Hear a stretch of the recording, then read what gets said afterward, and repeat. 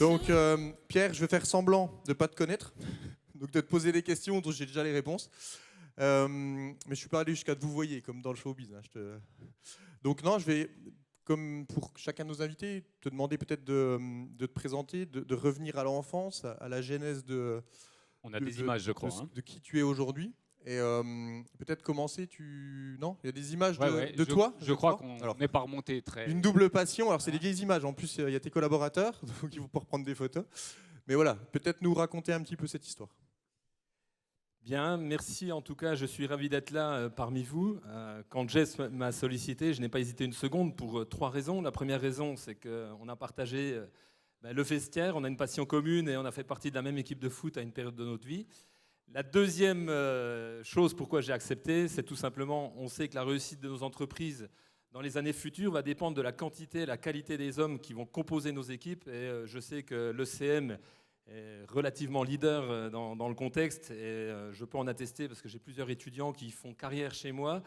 Et on a des alternants de manière régulière et on en est plus que ravis. Et la troisième chose pourquoi j'ai accepté cette invitation, c'est pour vous, cette génération Z, donc toutes les personnes qui sont nées après 1995. Je fais partie de beaucoup de groupes de patrons où vous revenez sur le tapis en permanence, où les gens nous disent c'est des gens qui n'ont plus envie de travailler, c'est des gens qui pensent qu'au loisir, c'est des gens... le patronat en France critique cette génération parce que vous intriguez, parce que vous aimantez aussi quelque part. Et moi, je pense tout à fait le contraire. Je pense qu'on est à un tournant de notre vie où l'entreprise de demain est en train de s'écrire et on ne peut pas parler de l'avant-Covid parce qu'il y a un véritable changement. Il y a une conduite du changement en tant qu'entrepreneur à mener. Et je pense sincèrement que c'est avec vous qu'on va le conduire, du fait que vous êtes déjà sensibilisés sur cette partie sociale, écologique, et que l'entreprise de demain va être plutôt vertueuse, et c'est avec vous qu'on va la composer. Et c'est pour ça que j'ai accepté de venir relever le défi de prendre la parole devant vous. Voilà. Merci Pierre. Merci Pierre. Alors le début en Pas de ta carrière de foot. Hein, En effet... je suis plutôt autodidacte, j'ai un BTS comptabilité et très vite j'ai vu que j'étais une personne tournée vers la relation humaine et que la comptabilité n'était pas mon métier. Et donc j'avais ma vie à l'époque, à 20 ans, tournée entre 4 éléments qui étaient le foot, la passion de la montagne avec le ski en tout genre, mais également les potes et la famille. Voilà. Et ça, c'était mes passions. Je ne savais pas vraiment ce que j'allais faire, vu que je n'allais plus faire de la compta, et je ne remercierai jamais assez mes parents qui m'ont fait confiance. Et le football, justement, et c'est là l'importance de faire partie d'associations, d'aller au contact des gens, parce que les opportunités naissent du réseau. Alors aujourd'hui, vous avez les réseaux sociaux, mais nous, à l'époque, on n'avait pas les réseaux sociaux, il fallait aller à la rencontre des gens pour être capable, justement, de créer des opportunités. Et j'ai eu cette opportunité parce que j'ai pas joué à un niveau national, hein, j'étais à un niveau amateur, mais régional. Et Valdaon voulait que je vienne jouer, alors qu'à l'origine je jouais à Pontarlier.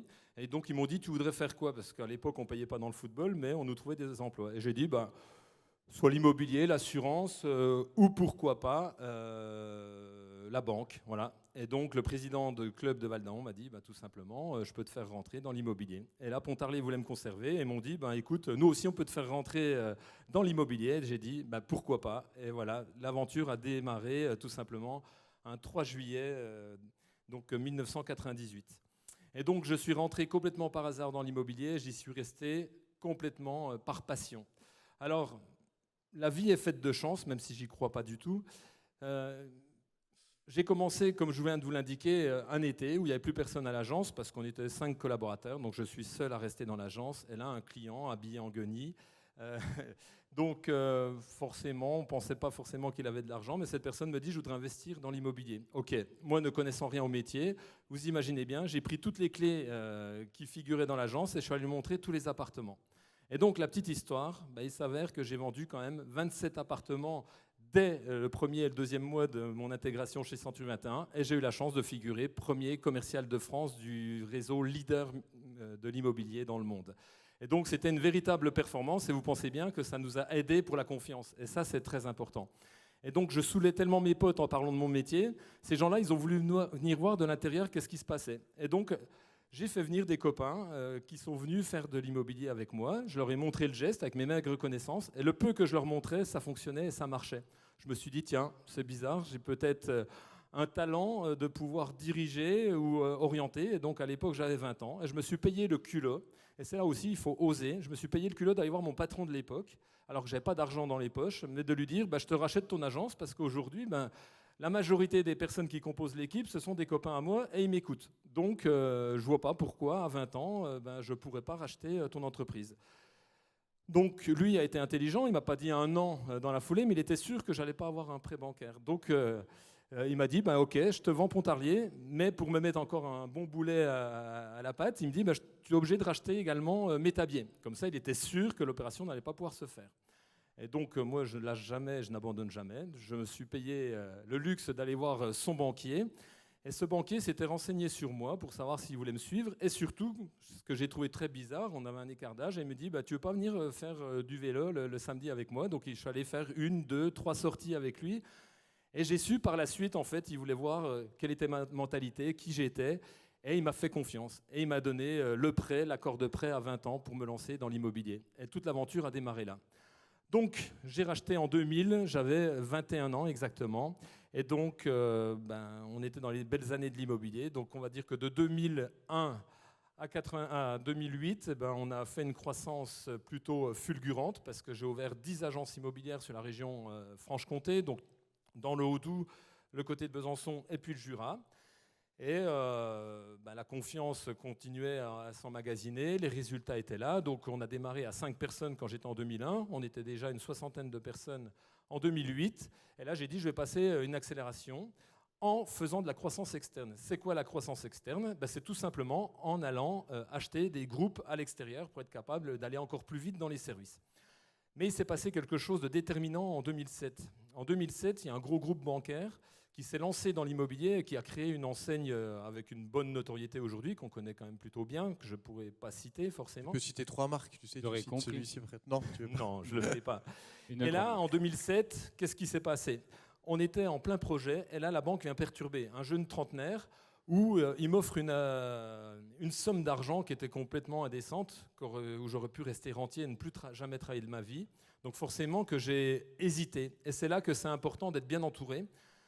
Et surtout d'avoir un clan caché. Le clan caché, ça ne nous quitte jamais, c'est la famille. La famille, elle est là pour nous aiguiller. Et même quand elle n'est pas là, vous savez, le sang coule dans les veines et on nous rappelle l'éducation.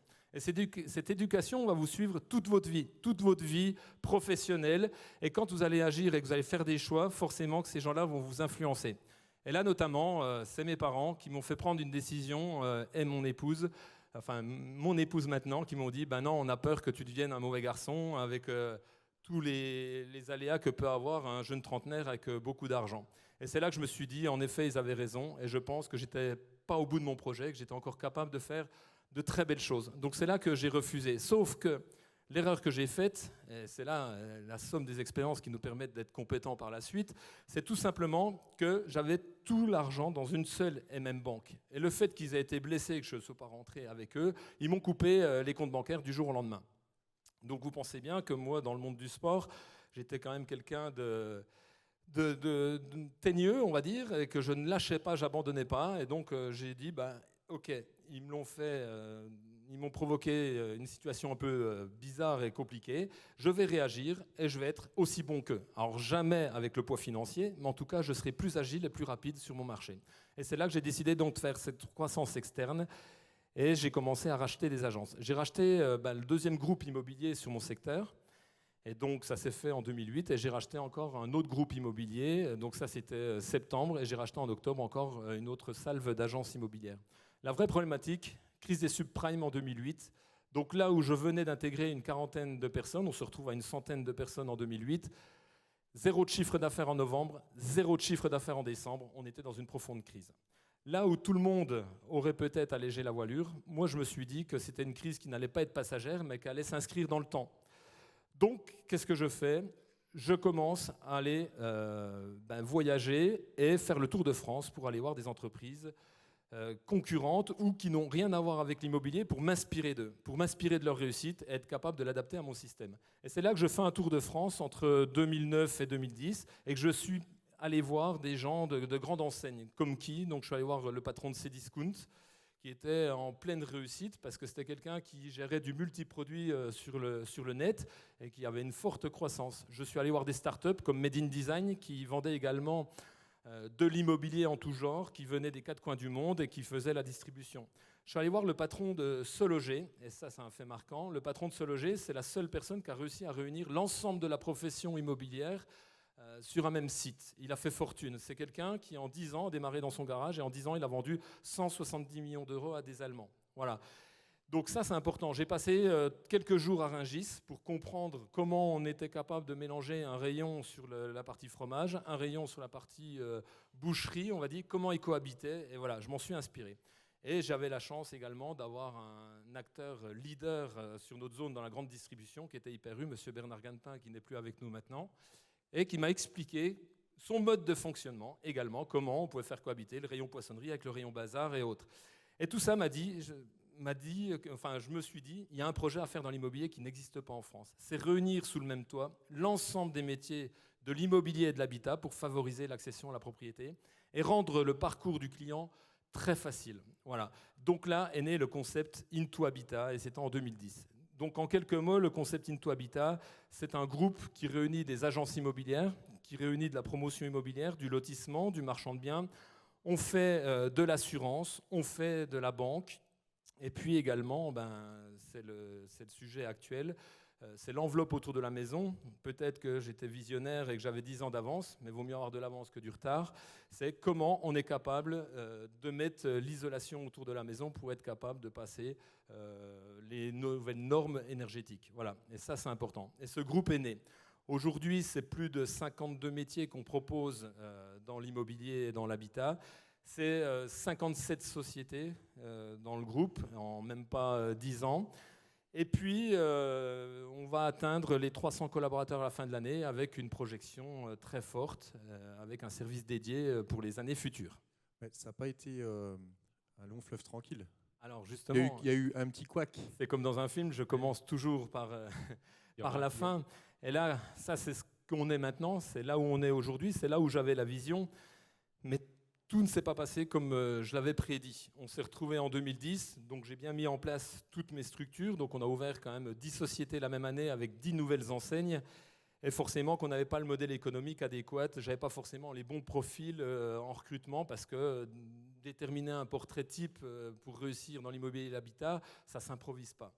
Et donc, qu'est-ce qui s'est passé ? J'y ai mis tous mes fonds propres, j'avais gagné beaucoup d'argent pendant une dizaine d'années et j'ai remis tous mes fonds propres, ce qui était à plus de 1 800 000 euros sur la même année, que j'ai complètement perdu dans mon lancement d'entreprise. Et ça, c'était 2013.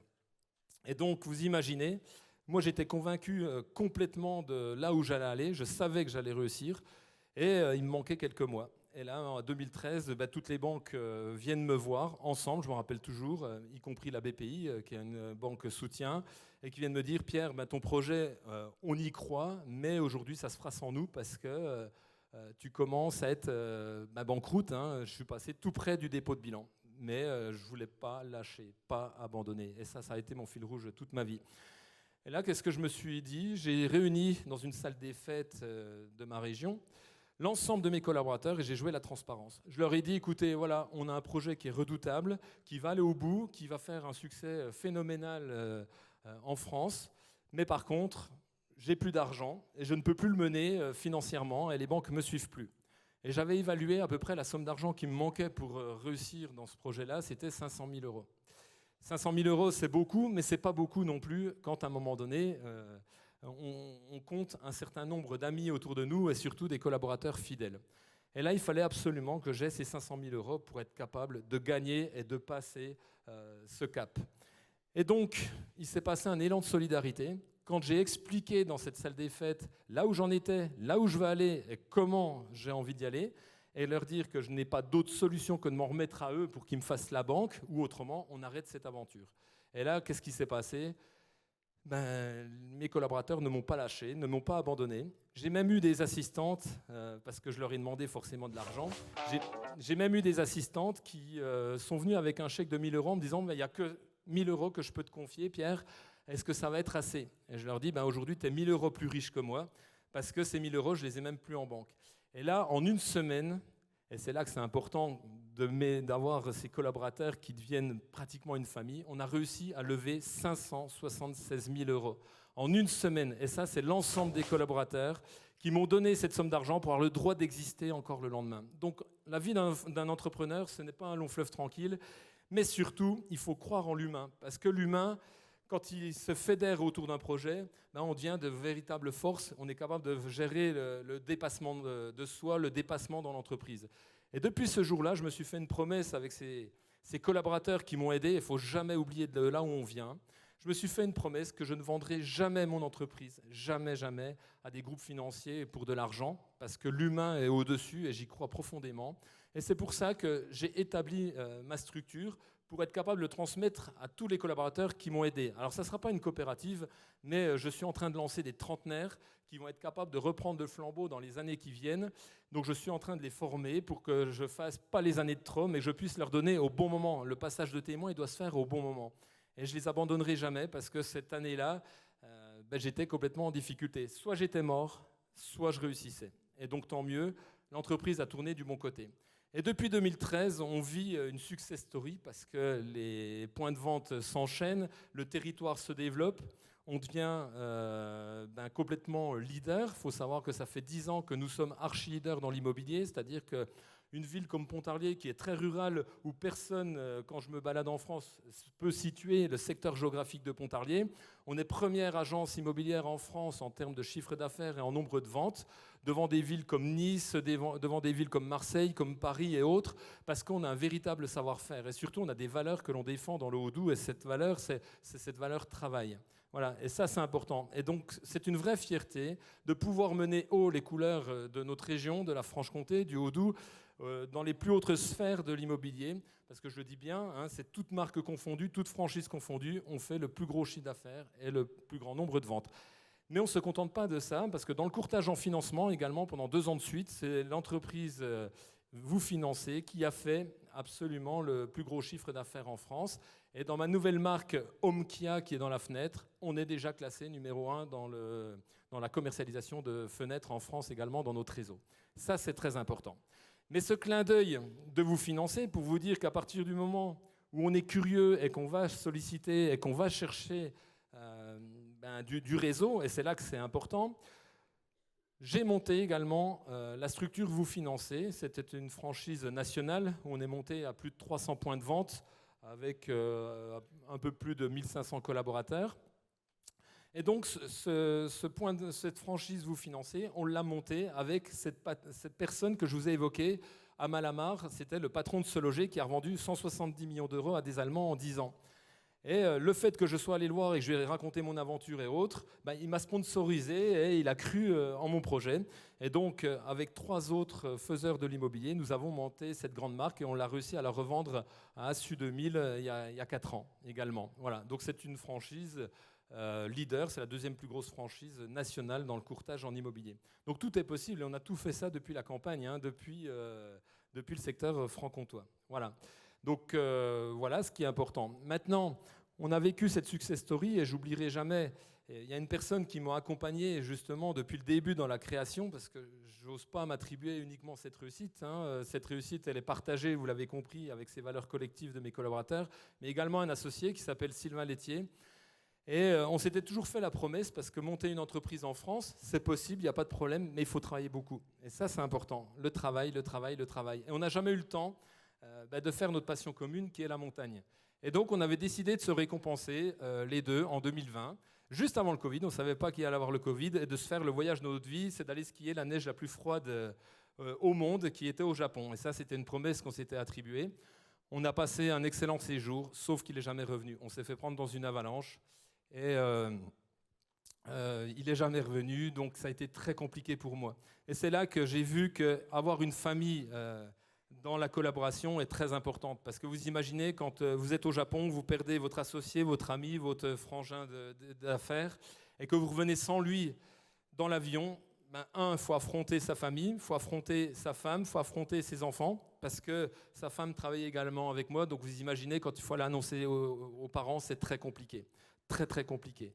Et puis, l'image de l'accident qui revient sans cesse, qui aurait pu à un moment donné nous empêcher d'avancer, on aurait pu abandonner.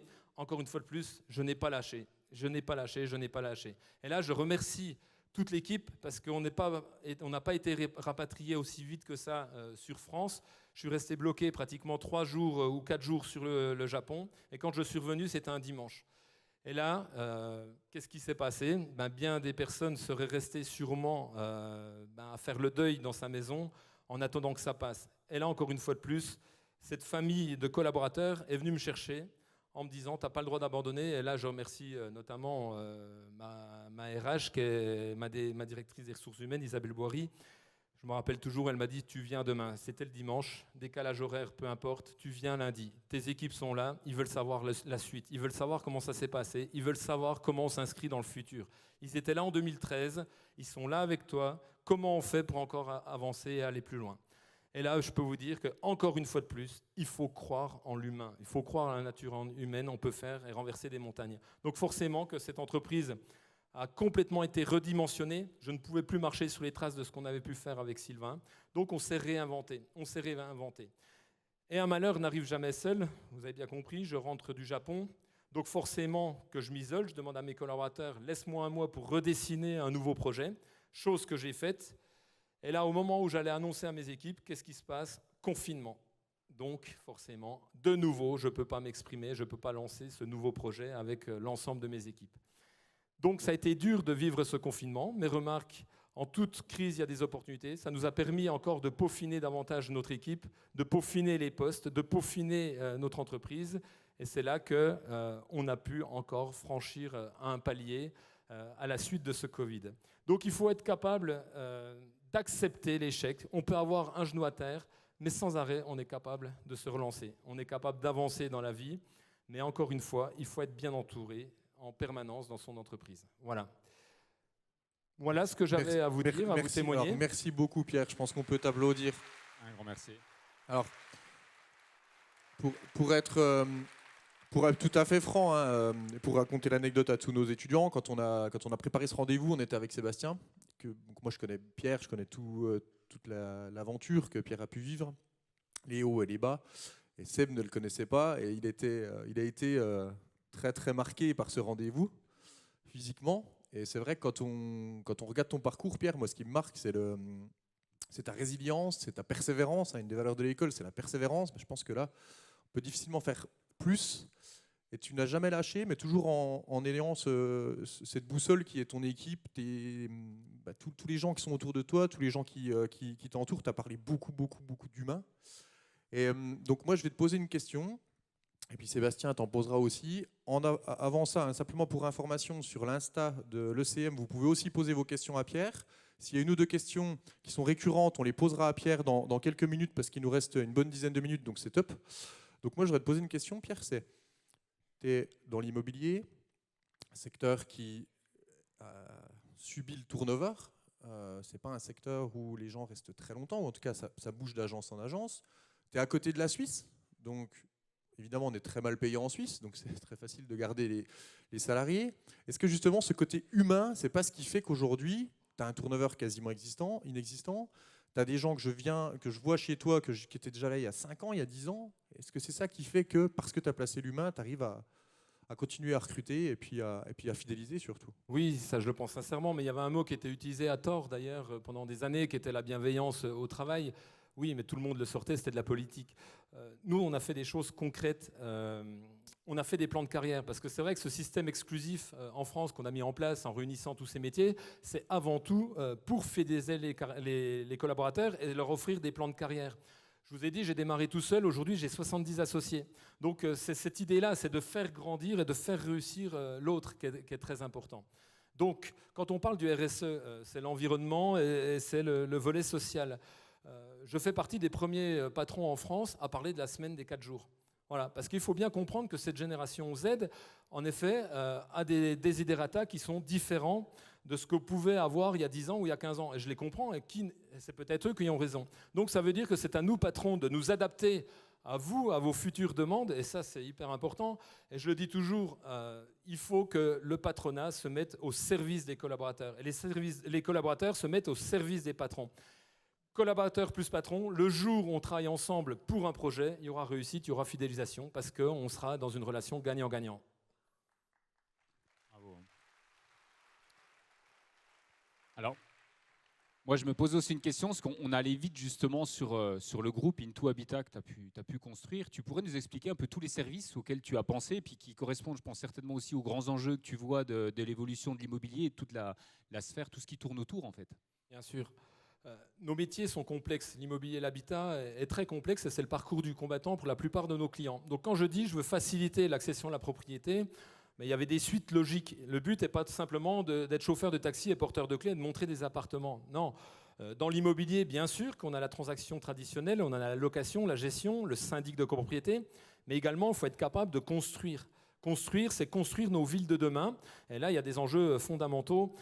Donc, je suis moi-même promoteur ou lotisseur. Donc, c'est réinventer, de construire la ville sur elle-même. Et ça, c'est après l'été comme on vient de passer, on ne peut pas imaginer qu'on ne construise pas autrement. Construire avec des valeurs écologiques, mais construire également dans d'autres matériaux parce que le monde bouge, mais même, on a envie de dire, le monde de l'assurance va changer parce qu'on voit bien que les sols sont en train de s'effriter, donc les bâtisses sont en train de s'écrouler, on l'a vu encore dernièrement à Lille, donc forcément qu'on construira autrement. Donc on fait de la promotion immobilière, construction d'immeubles verticaux, on fait du lotissement, donc c'est de la maison individuelle horizontalement, et puis on construit la ville sur elle-même, c'est démolition de bâtiments existants pour reconstruire du moderne.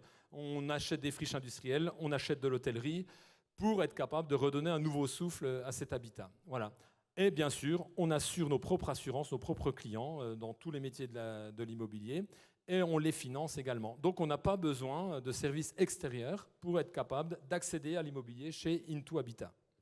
On a une question Instagram que j'ai pu lire et que je trouve finalement très, très pertinente. On sent que tu es très proche de tes équipes. Moi, je l'ai vu même physiquement avec certains profils que tu as recrutés atypiques qui sont maintenant, qui font partie de tes bras droits. Comment on gère un mauvais recrutement quand on est aussi proche de ses collaborateurs? Quand je dis un mauvais recrutement, c'est quelqu'un qui ne se plaît pas dans ton entreprise ou qui n'est pas aux attendus? Alors c'est très facile. Il ne faut pas avoir peur de recruter des personnes qu'on connaît. Comme j'ai dit, j'ai démarré avec des gens uniquement de mon entourage et ils sont toujours là et on travaille ensemble. La seule chose, comme dans toute entreprise, il faut avoir des valeurs communes. Et ça, à partir de là, c'est très clair. On ne recrute pas forcément que des diplômes. Alors forcément, il faut du savoir-faire. Et je remercie l'ECM d'avoir ce savoir-faire. Mais il faut également avoir du savoir-être. Ce savoir-être, soit c'est votre famille qui vous l'a inculqué, et ça, c'est votre ADN, ou soit elle s'acquiert à travers des associations, à travers d'autres personnes que vous côtoyez. Mais surtout, c'est à travers les valeurs. Et les valeurs qu'on a chez Into Habitat, il y a la valeur travail que je vous ai dit tout à l'heure, mais il y a également l'audace. C'est oser aller de l'avant, c'est oser tenter des choses que les autres n'ont pas fait. On ne peut pas réussir quelque chose de grand si à un moment donné, on n'ose pas. D'accord ? Donc ça fait partie des valeurs. Ensuite, on va dire qu'il y a cette ambiance de vestiaire. J'ai dit, je suis issu du monde du sport. Quand on réussit, c'est calmement être capable de fêter ensemble avec les collègues, de se remercier, de se féliciter. Ça, c'est hyper important pour savourer ces moments de réussite. Mais également, c'est, on va dire, la transparence et la loyauté. Voilà. Ça, c'est les valeurs que l'on défend chez Into Habitat. Donc, quand on recrute, au-delà des diplômes, parce qu'on a nos propres écoles également en interne où on peut emmener jusqu'à Bac+4, notamment chez 121 dans l'immobilier. Donc, quelqu'un qu'on recrute, on lui dit, voilà, il faut absolument avoir ces valeurs. Et donc, la période d'essai, j'explique bien, on recrute. Le recrutement se fait effectivement à l'issue de la période d'essai. Donc, entre le premier mois d'intégration et la période d'essai, on vient tester simplement si ces personnes-là ont les valeurs. Et si on n'a pas les valeurs, j'ai envie de dire, c'est l'équipe qui s'en charge qui va chasser ce candidat. Donc, je n'ai même pas à utiliser le service RH, ça se fera naturellement. Voilà. Et puis, les personnes qui ont envie, qui ont la valeur travail, ça peut être des commerciaux moyens, mais qui peuvent vraiment réussir. Donc, c'est qu'une question de motivation et d'envie. Merci Pierre, merci beaucoup. Un grand merci. Ouais. Y avait une autre question, mais je pense qu'il y a un mimétisme avec le conférencier précédent. Est-ce que tu avais de la famille dans l'immobilier. Est-ce qu'autour de toi, des gens étaient déjà dans l'immobilier, dans ton environnement proche? Non, pas du tout. J'avais pas une famille d'entrepreneurs. Je suis issu d'une famille traditionnelle de France, mais encore une fois de plus, avec des valeurs qu'ils ont su nous inculquer. Et une fois que j'ai trouvé ma voie, je suis devenu un passionné. Et quand on est un passionné, c'est hyper important de le dire. C'est que j'ai jamais eu l'impression de travailler un jour de ma vie parce que mon métier, c'est ma passion. Donc quand je suis en vacances, je suis bien. Quand je suis au travail, je suis bien. Et pour moi, je mets sur le même niveau à ce niveau-là. Et là, je voudrais dire quelque chose de très important par rapport aux équipes. Et c'est le sens que l'on manage. Et ça va bien avec votre réunion. Il y a 3 facteurs. Pour équilibrer sa vie et pas être en phase de déprime, il faut être capable de trouver le juste milieu, mais cette génération Z, vous l'avez compris bien avant nous, il faut être capable d'équilibrer sa vie entre le travail, la famille, d'accord, et puis les loisirs et les potes, d'accord. Et bien sûr, il y a l'argent qui compte dans tout ça, mais l'argent, ça ne veut pas dire la course à l'argent pour en gagner plus qu'on peut dépenser, c'est gagner l'argent pour la motivation que j'ai à vouloir équilibrer la famille, les loisirs et le travail.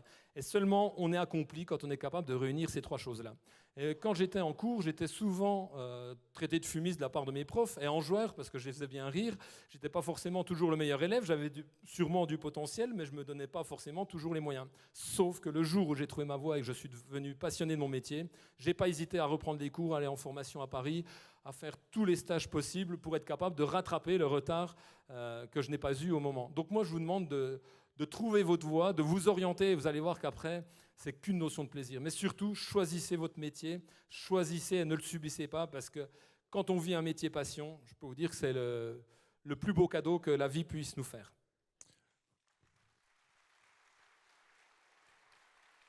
Et une dernière question, mais qui va finalement être la conclusion de tout ça, c'est qu'aujourd'hui, tu as pris un peu de recul.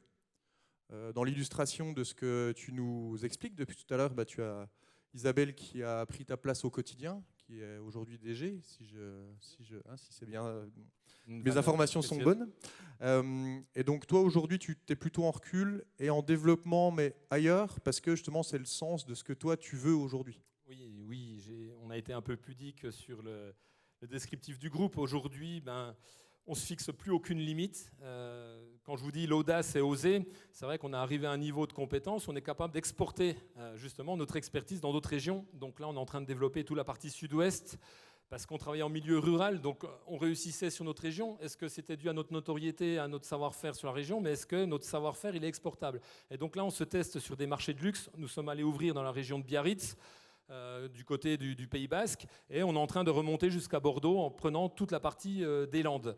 Et donc ça, c'est très important. Et on ne se fixe plus aucune limite sur le territoire national. On va continuer d'acheter des entreprises, on est sollicité régulièrement, parce que ce Covid a donné un vrai changement dans les codes de l'entreprise. Et c'est vrai qu'aujourd'hui, pour être capable de se réadapter à ce que l'humain veut, dans les nouveaux modes de fonctionnement, parce que quand on parle de recrutement, c'est à nous, entreprises, de s'adapter. Il y a une conduite de changement qui va durer entre 5 et 10 ans. Donc il y a beaucoup d'entrepreneurs qui ont 55 ans. C'est trop tard pour eux s'ils veulent faire cette conduite du changement. Donc ils ont meilleur temps de se rallier à des gros groupes. Donc Éric Chopard le disait largement tout à l'heure. Ils font de la croissance externe en rachetant des groupes. Il est préférable qu'ils s'associent à nous et qu'on devienne forts ensemble et qu'on puisse de nouveau être en croissance rapide. Donc c'est vrai que les opportunités que je saisirai, elles iront en fonction des demandes de mes collaborateurs. Si demain je peux avoir 100 associés ou 150 associés, je ne me limiterai jamais, jamais, jamais. C'est que les collaborateurs qui fixeront leurs propres limites. Et plus on est de fous autour de cette entreprise, plus on réussira. Voilà. Merci beaucoup Pierre, on peut l'applaudir. Merci.